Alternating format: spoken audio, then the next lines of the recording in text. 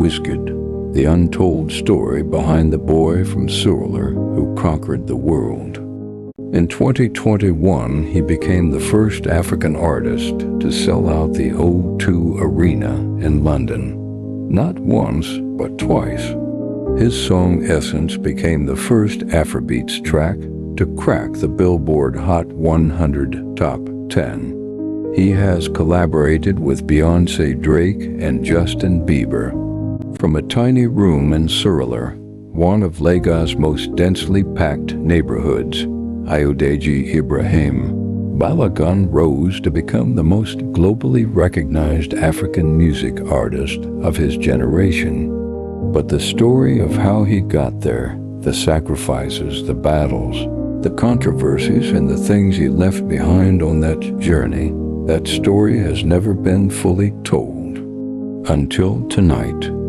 What does it really take to go from a tiny room in Surulere, where 11 siblings share a father and a mother works tirelessly to keep food on the table, to selling out the biggest arenas in the world? What do you have to sacrifice? Who do you have to fight? What do you have to become? And the question that the Nigerian music industry has whispered for years, did Wizkid's journey to the top leave a trail of burned bridges, broken relationships, and uncomfortable truths that his global fan base has never been shown? Ayodeji Ibrahim Balogun was born on July 16, 1990, in Surulere, Lagos. His father, Alhaji Balogun, had 3 wives and a total of 30 children. Wizkid was the only son of his mother, a Christian woman in a polygamous Muslim household. That combination, plurality, complexity, the need to stand out in a crowded family, shaped who he became before he ever touched a microphone. He recorded his first music at age 11. By age 13, he had formed a group called Glorious Five with friends from his church choir. He approached Kenny's Music, one of Nigeria's biggest labels at the time, and was rejected. He kept going. He taught himself production by watching others. He absorbed every style he heard, highlife, Fuji, American R&B, reggae, and mixed them into something that sounded like nothing Nigeria had heard before. By the time he signed to Empire Mates Entertainment, the label founded by Banky W, in 2009, he was 19 years old. And within 2 years of that signing with the release of Hola at Your Boy, and then the career-defining Superstar album, Wizkid was no longer just a Lagos story. He was a Nigerian story. And then almost without pause, a world story. But the path from Surulere to the O2 Arena was not a straight line. It was a battlefield. And Wizkid fought on almost every front simultaneously. His departure from Empire Mates Entertainment in 2013 was messy and public. Wizkid had been on the payroll of the company before, but when it was time to renew his contract, he had requested higher deals which the company allegedly turned down. What followed was a public falling out with Banky W, the man who had given him his first major platform that left fans divided and questions about loyalty, money, and contracts hanging in the air for years. Then there is the Davido rivalry, the most documented feud in African music history. What started as healthy competition between 2 generational talents gradually became something more personal, more public, and more damaging to the image of both men.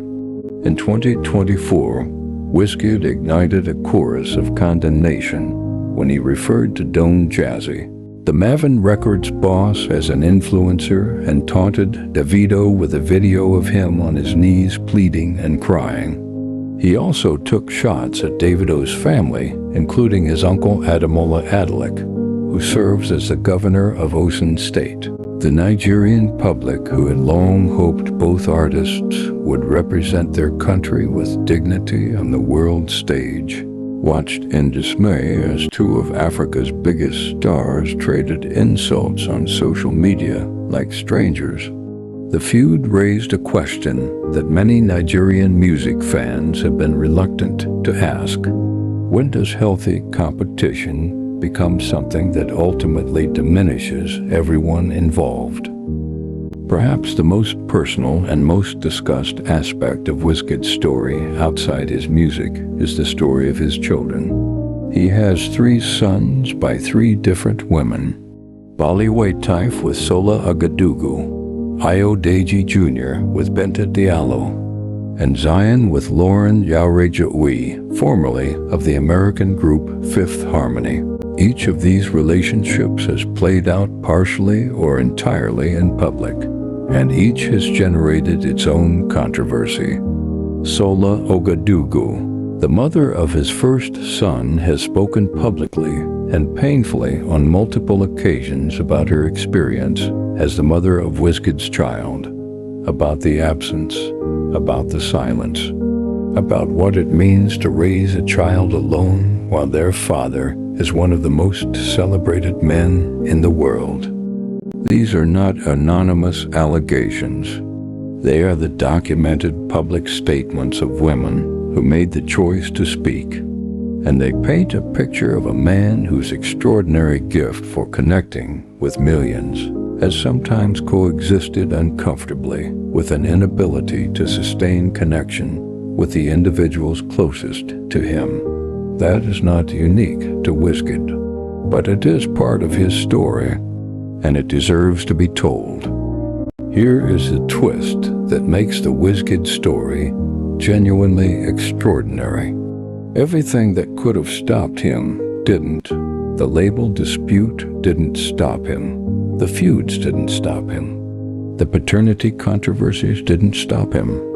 The industry politics didn't stop him, because here is what the controversies and the drama and the feuds obscure.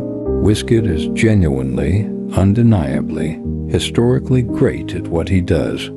Essence, the song he created with Thames didn't just chart globally. It changed the conversation about what African music could achieve on the world stage. Made in Lagos didn't just sell, it became a cultural document. A love letter to Lagos that the entire world received. The twist is this: Wizkid is simultaneously one of the most controversial and one of the most important artists Africa has ever produced. Those two things are not contradictions. They are the same thing, because the same refusal to be managed, the same raw authenticity, the same willingness to burn bridges rather than compromise. That is also what makes the music so honest, so real, so undeniably him. Think about where he started. Surulere, a room shared with siblings. A polygamous household navigating faith and family in Lagos all at once. A 13-year-old boy walking into a record label with a demo and being told no. Most people, most talented, hungry, determined people would have stopped there, would have found something safer, something more certain. He didn't stop. And because he didn't stop, a generation of young Africans got to hear their sound on global stages, got to see their cultures celebrated in arenas that had never made space for them before, got to believe that the distance between Surulere and the O2 Arena was a distance that could actually be crossed. Whatever his controversies, whatever his failures as a father or a colleague or a public figure, that gift, the gift of showing a continent what was possible, is real, and it belongs to everyone who grew up listening. Ayodeji Ibrahim Balogun is 34 years old. His story is nowhere near finished. The music is still coming. The controversies will probably keep coming too, because that is the nature of a man who has never learned to be small. But the question the silent mentor leaves you with tonight is this: When we celebrate what Wizkid achieved, are we also willing to look honestly at what it cost? The women who raised his children largely alone, the colleagues he burned on the way up, the label that gave him his first chance and was repaid with a public falling out. Greatness always has a price. The question is, who pays it?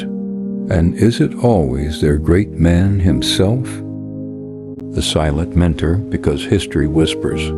We listen. Subscribe now, because the next secret is the one that will make you question everything you thought you knew.